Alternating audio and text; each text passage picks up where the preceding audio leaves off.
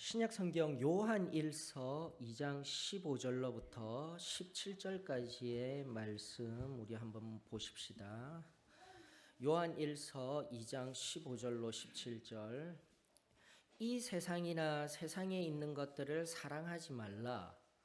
누구든지 세상을 사랑하면 아버지의 사랑이 그 안에 있지 아니하니 이는 세상에 있는 모든 것이 육신의 정욕과 안목의 정욕과 이생의 자랑이니 다 아버지께로부터 온 것이 아니요 세상으로부터 온 것이라.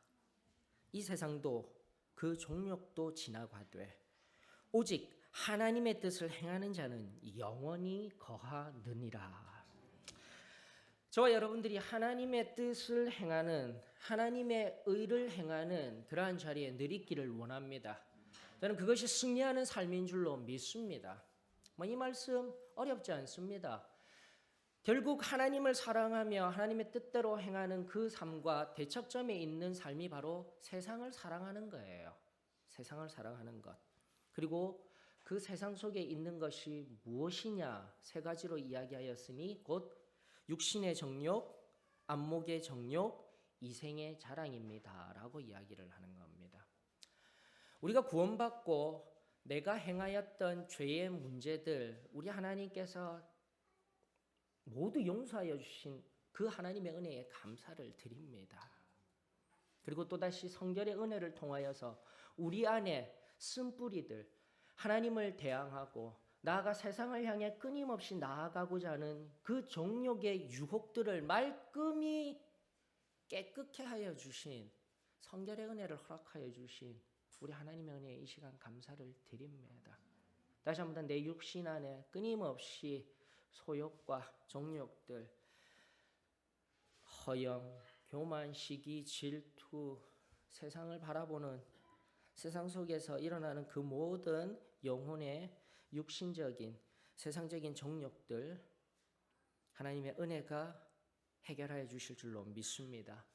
두 번째, 안목의 정욕은 다른 것이 아닙니다. 눈을 봄으로 말미암아 짓는 죄들의 문제입니다. 특별히 남성들에게는 음란함의 문제들 심각하겠죠. 그에 반해 또 여성들도 마찬가지입니다. 나를 바라봐 주었으면 하는 그 은밀한 욕구들. 그래서 치장하고 화장하고 비싼 옷 입고 비싼 금다이아 반지를 껴야 세상 사람들이 보여줄 것만 같은. 여러분, 세상에 보이는 눈에 보이는 것들 결국은 다 사라져서 없어질 것들인 줄로 믿습니다. 그리고 그 안목의 정욕의 또 다른 면은 내 눈에 보이는 것만 믿고 따를 거야 라는 오늘날의 사상들, 문제들, 눈에 보이지 아니하는 것들은 내가 따라가지 아니할 거야. 보이지 아니하는 신을 나에게 보여봐라는 이 무신론자들, 불가지론자들이라고 하는 것이 더 나을 수도 있을 것 같습니다. 그들의 문제들, 이 모든 것들 속에 나 자신을 들여다보며 늘 살아계시고 내 안에 거하시고 나와 동행하시고 일하시는 우리 하나님이 아니 계신 것까지 살아가는 것 자체가 바로 이 안목의 정욕에 속한 내 모습인 줄로 믿습니다. 우리 1년 동안 다루었던 모토 있죠. 작은 1년 동안의 모토. 이제 송구영신 예배 드리면 제가 또 다른 모토를 준비하고 있습니다. 우리 모토, 우리 교회는 회장님, 목사님보다 순주임, 그 주임이 최고 시다라고 했지 않습니까? 가장 힘있고 높은 자라고 하지 않습니까? 순간순간 주님의 임재 앞에 서는 것, 주님을 인식하고 나의 능으로 되는 것이 아니라 바로 우리 주님의 능으로, 주님의 도우심으로 말미암아 나아가는 걸음이 되어지기를 원합니다. 늘 잊지 아니하고 그분의 임재 속에 그분과 함께 가는 인생, 그 인생이 진정한 그리스도인의 삶이자 우리 모두의 삶이 되어지기를 원하며 안목의 정욕, 눈에 보이는 것만 믿고 따라가겠다라는 이 정욕에서 자유할 수 있는 은혜가 있을 줄로 믿습니다. 자, 그런데 오늘 살펴보아야 할 것은 바로 이 세 번째 문제예요. 이생의 자랑의 문제인 겁니다. 이생의 자랑. 이생의 자랑은 다른 것이 아닙니다. 내가 세상적으로 어떻게 성공하였으며 내가 세상에 유명한 사람, 영향력 있는 사람 많이 안다라고 자부하는 것, 그 모든 것들. 그리고 내 자녀들 자랑이 우리 아이들이 예수 그리스도 안에서 잘 자라고 있어요가 아니라 서울대 들어가고 좋은 직장 가지고 하는 것, 그것이 자랑이 되는 것들. 내 육체에 자랑이 있는 것들, 그 모든 것들이 바로 이생의 자랑인 거예요. 그리고 빌립보서 본문으로 돌아와서 우리 그 전날 살펴보았던 3장 3절에 할례파라고 명명되어졌던 진정한 영적인 할례파가 아니라 육신적인 할례파라 여겨지는 그 할례파들, 율법주의자들이 바로 이생의 자랑에 심취한 자들이었다라는 것을 잊지 마십시다. 우리가 교회에 다닌다 하면서도 예수 그리스도를 자랑하는 인생이 아니라 오늘날 기복주의가 우상화가 되어져 버렸으며 예수 그리스도를 믿음으로 말미암아 복 받습니다. 이것이 신앙인 줄로 알고 예수님 믿는 그 믿음, 그 순전하고 지고한 그 믿음은 어느 순간 사라져버린 채 결과만을 바라보며 세상 가운데 떵떵거리고 잘 먹고 잘 사는 것, 물론 그것이 나쁘다 하는 것 아닙니다. 그러나 예수 그리스도 안에서 진정으로 내가 그 성공의 그 모든 것들의 결과가 그분이 행하신 것입니다. 나는 아무 것이 아닙니다. 라는 신앙으로 지금 그 결과들 가운데 있는지 아니면 그 결과들을 이야기할 수 있는지 나 자신을 점검해 보아야 할 줄로 믿습니다. 할례파, 율법주의자, 겉으로 보이는 결과와 겉으로 행하는 자신의 모습을 우상 숭배하였던 자들입니다. 그러한 자들이 되지 아니하기를 원합니다. 그럼에도 불구하고 이 본문을 기록하고 이 본문을 통하여서 하나님의 뜻을 전달하는 사도 바울이 무언가를 변증하기 위해 어떠한 진리를 변증하기 위해 바로 그토록 할례파들이 율법주의자들이 가졌던 이생의 자랑이라는 영역을 4절로부터 6절까지 가져와서 변증을 하는 거예요. 자신도 나도 자랑할 거 하려면은 이 육체의 자랑할 거 정말 많은 사람이야. 이러면서 시작된 말씀이 바로 5절에서 6절인데 보십시다. 나는 8일 만에 할례를 받고 왜 이 말을 하냐면 앞서 말씀드린 할례파, 율법주의자들 중에는 유대인이 아니다가 개종하여서 유대인이 되어져서 율법주의자가 된 사람들이 많다라는 거예요. 그러나 자신은 아예 날 때부터 유대인이었으며 8일 만에 저기 구약으로 거슬러 올라가 아브라함 때부터 난 지 8일 만에 할례하여라 라는 그 말씀에 내가 충실하게 난 지 8일 만에 할례 받은 나다. 율법주의자, 유대인 어디서 그런 얘기하느냐 이 얘기를 하고 싶은 거예요. 그러면서 이스라엘 족속이요 이스라엘 지파 내에서도 베냐민 지파의 유력한 한 사람이다. 나아가 히브리인 중에 히브리인이요 율법으로는 바리새인과 같은 자다. 그만큼 충실한 자다. 6절 볼까요? 열심으로는 교회 즉 그 당시 유대교가 아직도 기다리는 예수님이 오셔서 예수님이 메시아임을 우리의 모든 죄를 담당하시고 유대인뿐만이 아니라 온 인류의 죄를 담당하시고 참된 메시아가 되어주신 그 예수 그리스도를 바라보지 아니하고 그 당시에도 메시아를 기다리는 유대인들, 나가 지금도 아직도 메시아를 기다리는 그 불쌍한 유대인들, 그 유대인들이 바로 예수 그리스도를 메시아라 하며 여기는 그 예수 그리스도를 핍박하는 것, 바로 그때 내가 유대인으로서 당연한 것을 하였다라는 거예요. 6절 열심으로 바로 그러한 이단들을 진리이지만 유대인으로 바라보았을 때는 그러한 이단들을 내가 열심을 내어서 교회를 박해하고 율법의 의로 흠없이, 여기서 율법의 의라 함은 구약이 말하는 모세의 율법이 이야기하는 아니에요. 하나님이 주신 율법이 아니라 앞서 말씀드린 바리새인들이 말하는 313계명에 자신들이 만들어 놓은 하나님의 말씀은 온데간데 사라지고 자신들이 만들어 놓은 인간의 계명, 장로들의 유전이라 일컬어지는 그 계명 붙들고 의롭다, 흠없다 여기던 나다. 내가 그만큼 대단한 자였다라고 이야기를 했던 겁니다.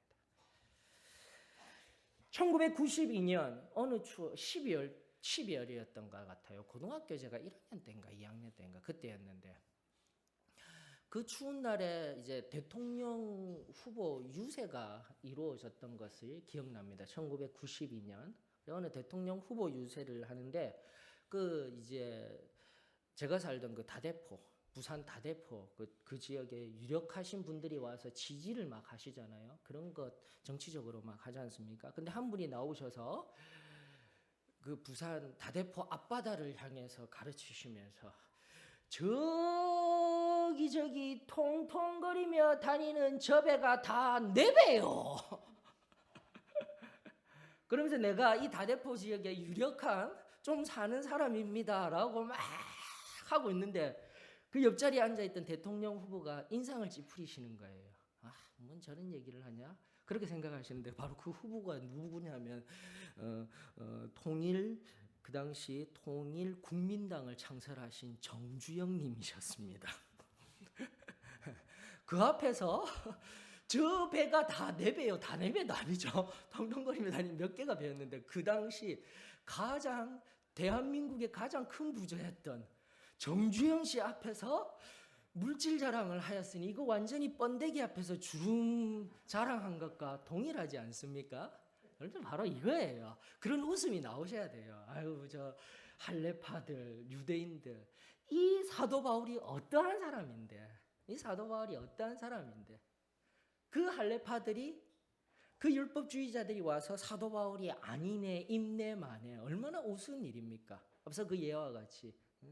그가 어떠한 자였는데. 여러분들 또 한 구절 한 번 더 볼까요? 사도행전 2장 3절로부터 5절의 말씀에 보면 조금 더 방금 사도 바울이 어떠한 사람이었는지를 더욱더 나타내 주는 말씀이 있네요. 사도행전 22장 3절 나는 유대인으로 길리기아 다소에서 났고 이 성에서 자라 가말리엘의 문화에서 우리 조상들의 율법에 엄한 교훈을 받았고 오늘 너희 모든 사람처럼 하나님께 대하여 열심히 있는 자라. 다른 것 없습니다. 그 당시 최고의 학파였던 가말리엘 문화, 오늘날로 말하면 하버드, 옥스퍼드 대에서 수석으로 졸업한 사람이 누구라고요? 바울인 거예요. 사도 바울. 바로 그 앞에서 지식이 어떠니 뭐가 어떠니 이런 것 하던 것 자체가 유대 율법주의자들은 앞서 어떠한 다대포라는 지역에 유지라고 정주영 씨 앞에서 행세하였던 것과 동일한 모습이었다라는 거예요. 그러면서 자기 변증을 하고 있는 것입니다. 여러분들, 자 여기에서 우리가 영적인 교훈을 얻어야 합니다. 저는 교회적으로 그리고 우리 신앙적으로 진정 참된 구원과 성결과 성령 침례의 그 소중한 것 하나님으로부터 내려온 진리임을 저는 믿습니다. 그리고 그 진리를 받아 마음껏 누리며 그 은혜 속에서 참된 자유함을 누리며 세상 가운데 넉넉한 승리를 경험한 그 놀라운 은혜를 주셨음에 이 시간 하나님께 감사를 드립니다. 자, 그런데 그 은혜가 충만하여져서 세상 한가운데 그렇게 담대하게 서 있어야 할 텐데 그 은혜는 온데간데 다 사라지고 내 안에 충만한 성령의 역사는 없어지고 내 입에 내 삶에 뒤돌아보아도 누가 바라보아도 그리스도인의 삶과 같은지 12월 첫째 주 저녁 예배 때 알려드린 그 안디옥 성도들과 같이 안디옥 성도들의 행함을 바라보면서 정말 그리스도인이라 여김을 받는 그 초대교회에 순전한 그들과 같이 내가 그 순전한 믿음으로 주신 진리로 살아가고 있는지 아니면 아무것도 가진 것 없으면서 오래된 신앙의 껍데기만 남아 하나님 앞에 능력 없이 경건의 능력 없이 경건의 모양으로 살아가고 있는지 우리 자신을 점검해 보아야 할 때인 줄로 믿습니다. 하나님은요 지금 이 순간 우리들에게 물 붓듯이 그리고 내 안에, 내 심령 안에 진정 예수 그리스도께서 살아계심을 강력하게 알려주시고 인도해 주시는 그 삶이 있음을 저는 믿으며 그렇게 걸어가기를 간절히 원합니다. 이 신앙을요, 퇴색해버린, 희미해져버린 진리로 만들지 마시고 지금 이 순간 잠잠히 눈을 감고 우리 앞서 말씀드렸던 순주님의 삶, 매 순간순간마다 예수님께서 내 안에 거하시며 나와 동행하시는 그분이 나의 삶의 매 순간순간마다 뭐라 하시는지 내 영혼이 항상 그분의 음성에 귀를 기울이고 그분이 인도하시는 대로 나아간다면 사랑하는 성도 여러분, 사도 바울과 같이 영적인 부요함의 그 풍성한 자리로 나아갈 줄로 저는 믿습니다. 껍데기들 다 내어버리고 오래된 허세들 다 내어버리고 진정으로 예수 그리스도의 그 은혜, 그 진리, 우리에게 내어주신 진리, 성령으로 충만하여져서 예수 그리스도를 세상 한가운데 널리 전하며 세상 한가운데 참된 생명의 빛이 될 수 있는 저와 여러분들이 되어지기를 간절히 원합니다. 그러면서 사도 바울이 바로 이 육신의 것, 이생의 자랑들, 내가 이러이러한 사람이야 하면서 엄두도 못하게 이야기하는 병진법을 선택한 뒤에 참 기가 막힌 놀라운 신앙의 고백을 하고 있지 않습니까? 7절 이하 보십시다. 그러나 무엇이든지 내게 유익하던 것을, 지금까지 모두 유익하던 것이에요. 근데 이걸 좀 자세히 살펴봐야 됩니다. 7절을 원어를 조금 분석해 보았어요. 뭐냐면은 그러나 무엇이든지 내게 유익하던 것들을 해서 여기에는 복수로 되어 있어요. 중요합니다. 그래서 혹시라도 자꾸 이런 시간들을 통하여서 적으셔요. 적어 놓으시면 나중에 성경을 볼 때도 도움이 되시는 겁니다. 유익하던 것들을 내가 그리스도를 위하여 다 해로 여길 뿐더러 복수였던 것을 해라고 단수 취급을 해버려요. 여러분들 이렇게 원어를 살펴보시게 되면 의미들이 명확해집니다. 명확해지는 거예요. 수많았던 이생의 자랑거리들, 육신의 정욕적인 것들, 이 모든 것들, 유익한 것들이 내 삶에 내가 유익하다고 여기던 것들이었지만 하나도 빠짐없이 어떤 것은 이것은 내가 가지고 이것은 절대 포기할 수 없는 거야가 아니에요. 성경이 말하는 사도 바울이 고백하는 자신의 신앙 고백은 그 모든 세상으로 바라봤을 때 유익하던 그 모든 것들을 하나로 단수로 딱 처리해서 내 삶에 해나 끼치는 손실이나 입히던 것이었다라고 고백하는 거. 이 고백이 지금 여기 있는 우리 모든 성도들의 고백이 되어질 줄로 믿습니다. 예수 그리스도를 믿고 예수 그리스도를 믿기 전 세상에서나 즐기던 것들을 지금도 즐기고 있는 인생이 아니라 예수 그리스도를 통하여 은혜 받은 내가 이제는 그 전날 즐기던 세상적인 것들 결코 내 것이 아닙니다. 99개는 다 보겠는데 이것 하나는 제가 결코 잡을 수가 없는 것입니다. 아니에요. 그것은 절대 성경적이지도 아니하며 하나님께서 우리에게 가르쳐 주신 온전한 진리가 아니에요. 사랑하는 성도 여러분, 지금도 내게 유익할 것만 같은 세상적인 것들, 아직도 치우지 못한 세상의 모든 것들 하나로 딱 처리해버리셔요. 내 이 천상으로 나아가는 영적 여정길에 오직 손해가 될 것 하나일 뿐입니다. 하나도 남기지 마시고 그 모든 것을 통합하여서 다 내어다 버릴 수 있는 은혜가 우리들 가운데 있기를 원합니다. 내가 할 수 없어요. 늘 고백합니다. 이렇게 하나님의 말씀은 가감없이 전해져야 하지만 그렇게 할 수 있는 분은 여러분들 이 기도 때에 나와 엎드려 내가 진정으로 포기하기를 원합니다.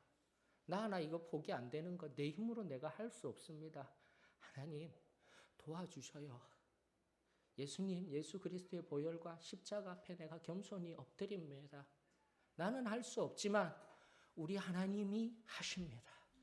우리 하나님은 결코 손이 짧아 나를 구원하지 못할 뿐, 내 이 문제를 해결하지 못할 뿐 아니십니다. 그 진정한 내 심령의 고백이, 그 눈물이 이 기도대 위에 떨어질 때 우리 하나님이 그것을 받으시고, 그 귀한 정직한 그 심령의 고백을 받으시고, 오늘도 바로 이 자리에서 하늘로부터 충만히 흘러 넘치는 내 심령에 참된 기쁨과 자유가 누려지는 귀한 은혜가 흘러갈 줄로 믿습니다.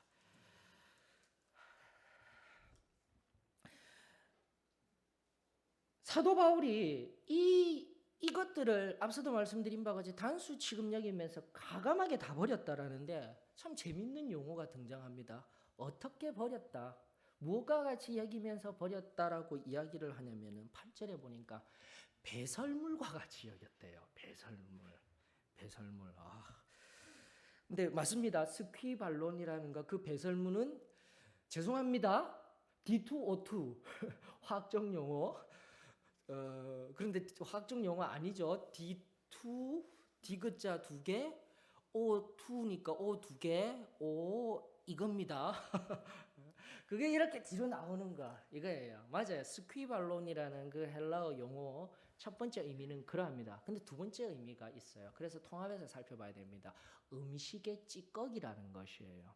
그래서 여러분들이 배설물 하면 더러워하는데 성경적으로 명확한 의미들은 뭐냐면, 왜 배설물이란 용어를 했냐면 앞서 8절에서 이야기를 하던 것과 같이 중요한 거예요. 이 본문 중에 가장 중심, 오늘 읽은 본문 중에 가장 중심이 바로 이 본문이에요. 내가 8절의 하반절, 내가 그를 위하여 모든 것을 잃어버리고, 여기도 잃어버리다라는 앞서 말했던 손해라는 제놈이라는, 이게 제노오라고 해서 동일한 용어예요. 손해로 여기고 갖다 버리다라는 의미예요. 이게 나오시면 되는 겁니다. 배설물을 바라보며, 성경을 바라보면서 그것은 나의 관념일 뿐이에요. 더럽다라는 것이 아니라 배설물과 같이 아무짝에도 쓸모없는 것이기 때문에 어떻게 해야 된다고요? 갖다 버리라는 거예요. 철저하게 갖다 버려서 없애버리라는 의미가 이 속에 있었던 거예요. 사랑하는 성도 여러분, 진리는 단호합니다. 죄 앞에 감추어 놓은, 그리고 자신이 행한 죄들 절대 내버려 두시지 마십시오. 하나님은 반드시 이 제단 앞에서 지금까지 말씀드린 당신의 은혜로 말미암아 우리 주님이, 우리 예수님이 그 모든 감추고 숨기는 진채, 내가 진정한 심령으로 정직하게 고백하며 나아갈 때 다 버려지게 되는 역사.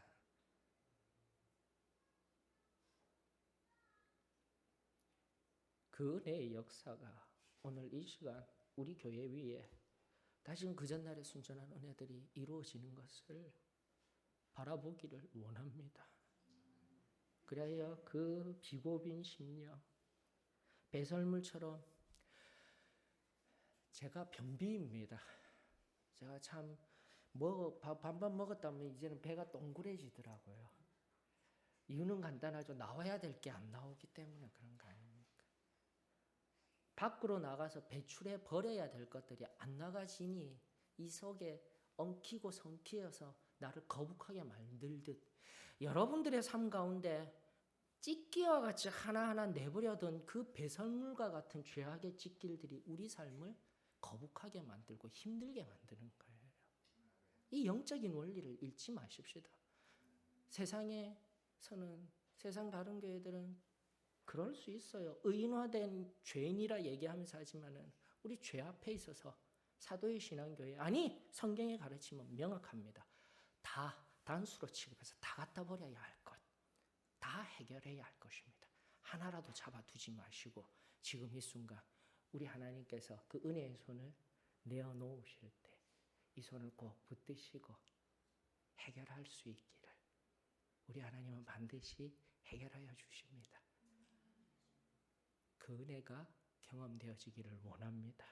지금도 말씀드린 바와 같이 버려야 할 음식 찌꺼기와 같은 것을, 상해져가는 그것들을 쥐고 있으면은 냄새 풀풀 나죠. 이제 냄새가 나기 시작합니다. 냄새는 조금 이따 얘기하십시다. 근데 배설물 얘기하면서 앞서 버리지 못하면 내 삶에 무언가가 채워지지 아니하고 뭐가 이상해. 뭐가 들어가 있는 것 같은데 이상한데, 이거 묵상하면서 하나가 생각나는, 예전에 책에 보았던 내용이 생각나서 알려드릴게요. 여러분들 일산화탄소라는 게 있습니다. 일산화탄소. 일산화탄소라는 게 있는데, 이 일산화탄소는 냄새도 안 나고 색깔도 없다라고 해요. 근데 얘는 불안정한 상태라고 합니다. 안정화된 상태가 바로 이산화탄소라고 하네요. 그러니까 탄소, 쉽게 어려운 시간 아닙니다. 그냥 간단하게 알려요. 탄소 하나에 산소 2개가 필요하대요. 그래서 안정된 게 이산화탄소랍니다. 이산화탄소도 필요한 존재라고 합니다. 언제 필요할지는 저도 잘 모르겠습니다만. 근데 일산화탄소는 불완전한 거예요. 즉 탄소 하나에 산소가 하나인 거예요.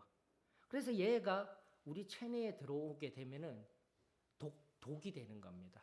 쉽게 말해서 불완전하기 때문에, 탄소 하나에 산소 하나이기 때문에 얘는 몸속에 들어오면 뭘 뺏으려고 하겠습니까? 자기를 안정화시키기 위해서 산소를 뺏어야 되는 거예요. 그러면서 몸에 들어와서 적혈구 속에 있는 산소들을 자꾸 빼내가는 거예요. 그러면서 무색무취의 이 일산화탄소가 나에게 점점 더 들어와서 쌓이게 되면은 다르게 죽는 것이 아니라 호흡 곤란으로 죽음을 당하게 된다라는 거예요. 여러분들, 죄는요, 한 번 했다고 갑자기 막 무너져서 끝장나 버리는 거 아니잖아요. 지금도 마찬가지잖아요. 어쩌면 우리 인생에 이 순전한 은혜들을 받아놓고 죄와는 결코 상관없이 살아가는 길을 받았는데, 어느 순간 삶에 살다 보니까 한 발, 두 발, 세 발, 네 발 뒤로 밀려나 있는 상황에 있는데도 별일이 없거든요. 살아내지거든요. 그러니까 아무것도 아닌 것 같지 있죠. 하지만 조금씩 이 죄가 쌓여져 가고 있는 거예요. 우리 호흡을 곤란하게 조금씩 있어요. 영적으로 자유하지 못하고 기쁨도 없고 평안도 없고 짜증만 나고, 교회에 와서 앉아 있는데 이게 뭐지? 목사님은 계속 마음 아픈 소리만 찌르는 소리만 하고, 이것들이 하나하나 쌓여서 해결이 되지 못하니까, 이 죄 문제가 해결이 되지 못하니까 지금 내 안에 평안이 없고 하나님 주시는 기쁨이 없는 거예요. 다른 것 없어요, 여러분들. 바로 그 죄가 조금씩 선한 것들을 당기는 거예요. 산소를 일산화탄소가 당기듯이 내 삶에서 나 자신을 합리화시키고, 주일날 온전히 오전 예배와 오후 예배를 섬겨야 하는데도 불구하고 수다한 것들로 그 시간을 하나님 앞에 드리지 못하고, 하나님 앞에 온전히 드려야 할 내 물질이 전부 하나님 것인데 드려야 할 11조 물질의 문제 전혀 나와는 상관없이 살아가고 있으며, 성도를 사랑해야 하는데 사랑하지 못하고, 그가 죄인이기 때문에 사랑하지 못합니다라는 것 하나하나, 그가 죄인이든 아니든 그 판단은 하나님께서 하실 줄로 믿습니다. 다시 한 번 더 나의 삶을 뒤돌아보셔요. 내 속에 무쇠무치와 같은 이런 내 영혼의 일산화탄소가, 이 죄의 찌꺼기들이 하나하나 남아서 내 안에 그 산소와 같았던 하늘의 평안과 기쁨을 하나하나 빼앗겨버리고 어느 곳 어느 자리에 서 있는지를 살펴야 할 때인 줄로 믿습니다. 배설물 내어버리듯이 쾌변이 있기를 원합니다. 저는 변비 있는 저는요, 화장실 가서 한 번만에 팍 나오면 그것만큼 기분 좋은 거 없더라고요. 이것은 겪어보지 아니하신 분은 모르실 겁니다. 영적인 문제도 마찬가지입니다. 내버려 두지 마셔요. 하나님의 말씀을 통하여서 내 심령이 꼭꼭꼭꼭꼭 쪼개어졌는데 피냄새를 가장 맡는 것이 무엇인 줄 아십니까?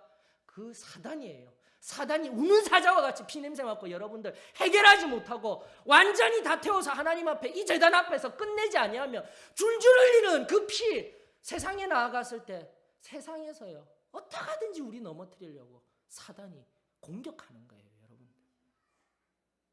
오늘 이 시간 이 제단 앞에서 이 모든 가리워지고 숨겨진 죄의 문제들 예수 그리스도의 사랑 앞에서 해결함 받을 수 있기를 원합니다.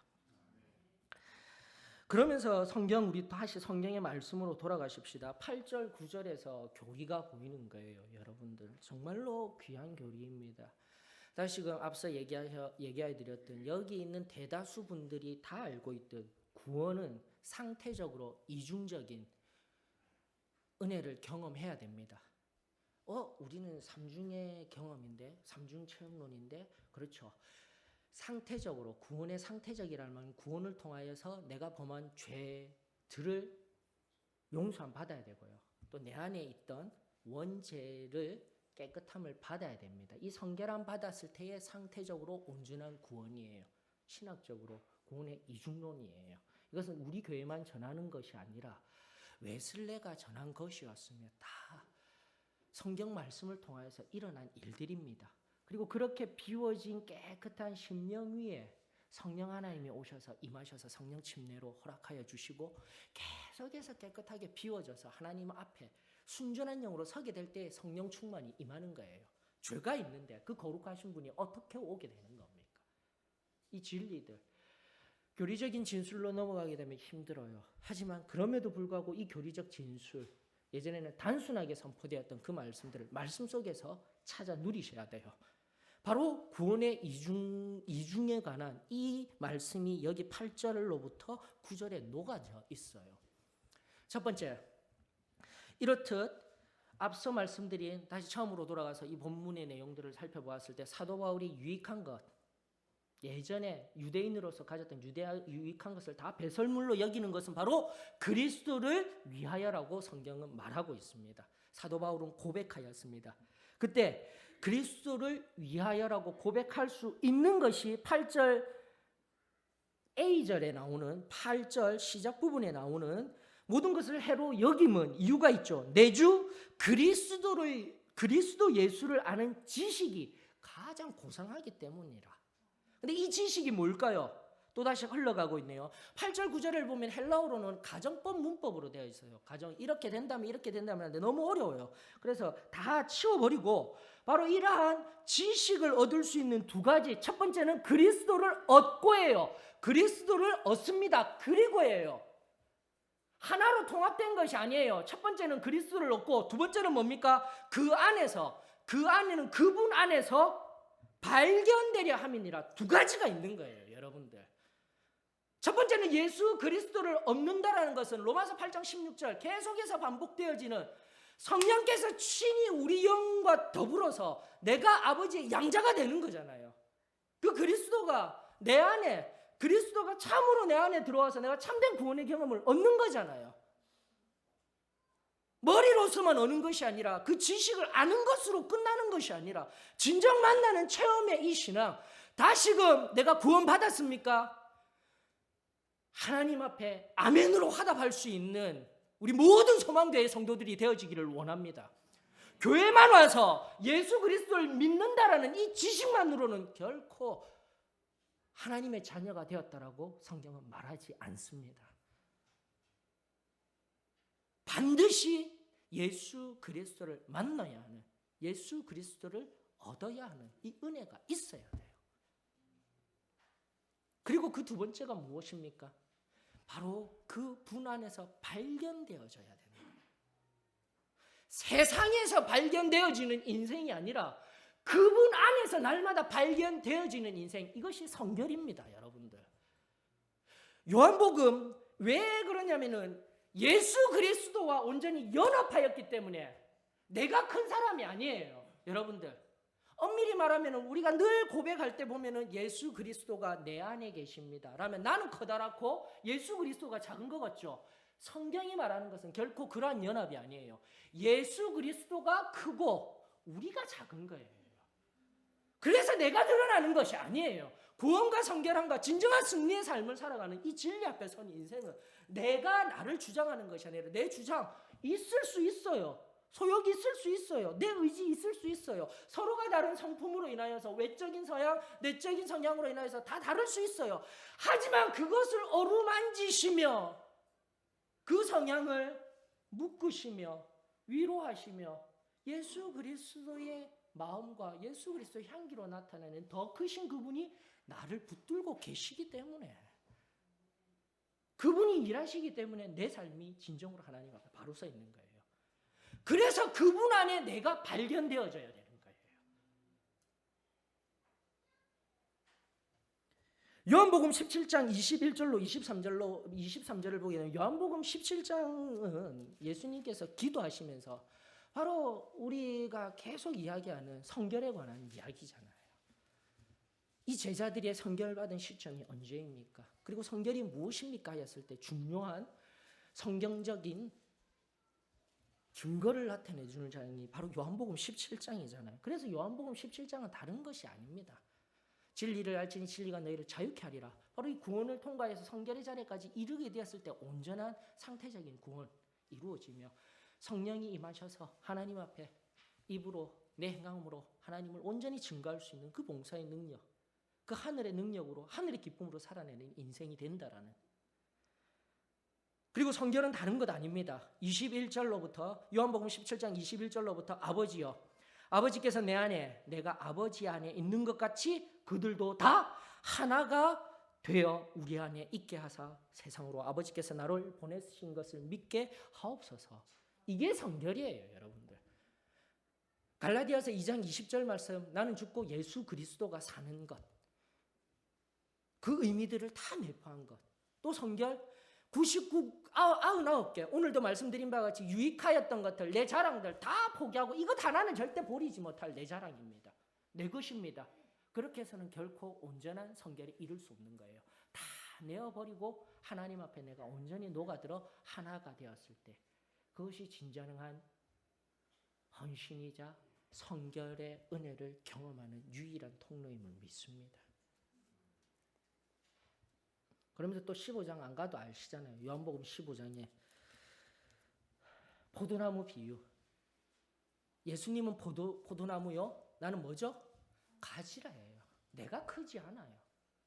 항상 나는 작아요. 예수님이 커요.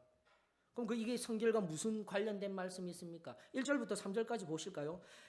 15장 1절부터 3절. 나는 참 포도나무요 내 아버지는 농부라. 무릇 내게 붙어있는 열매를 맺지 아니하는 가지는 아버지께서 그것을 제거해 버리시고, 무릇 열매는 맺는 가지는 더 열매를 맺게 하려 하여 그것을 깨끗하게 하시느니라. 너희는 내가 일러준 말로 이미 깨끗하여졌으니. 완전, 온전, 깨끗함, 이 모든 것은 성결과 관련된 말씀이에요. 예수 그리스도 앞에 딱 접붙임 받아서 그분이 일하시며 그분이 행하시도록 나를 내어주며 진정 포도나무, 참된 포도나무가 되는 거예요. 가지가 되려고 하는 거 아니에요. 나는 예전에 돌감나무 가지였어요. 나는 배나무 가지였어요. 나는 사과나무 가지였어요. 하지만 예수 그리스도는 포도나무 가지에 딱 접붙임 받게 되면 나는 포도송이를 맺는 거예요. 그것이 구원이자 성결이에요.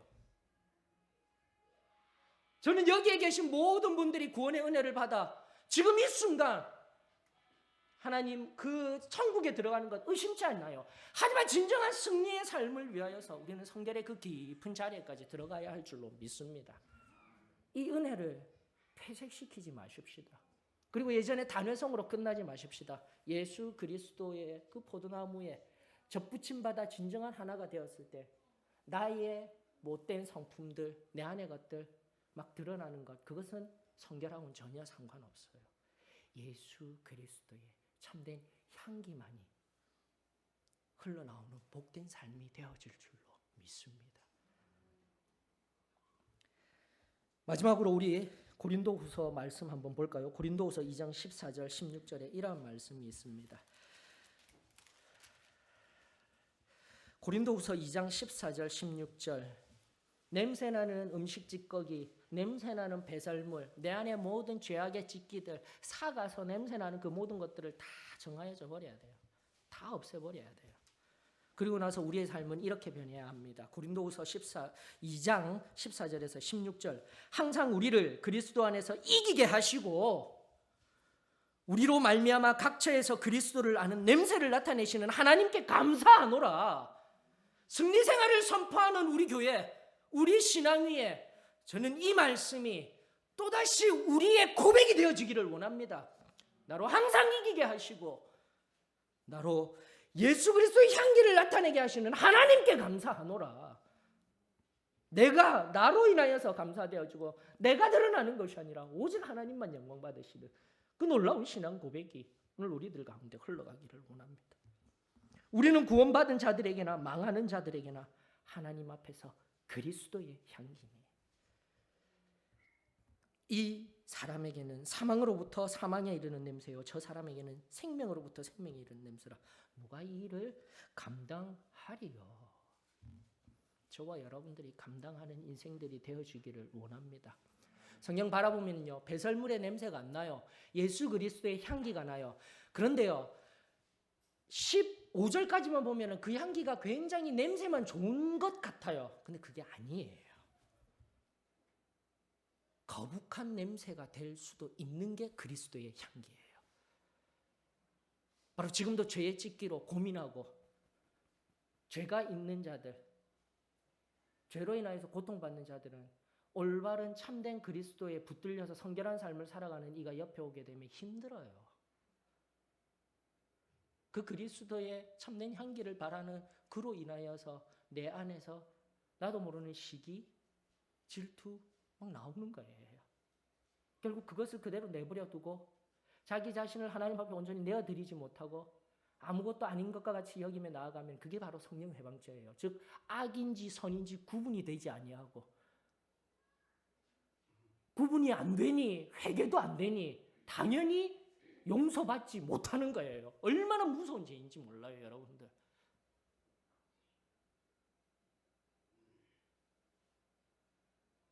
향기로운 향기만 바라는 인생, 우리 교회 안에서는 그러한 인생들이 되어지기를 원합니다.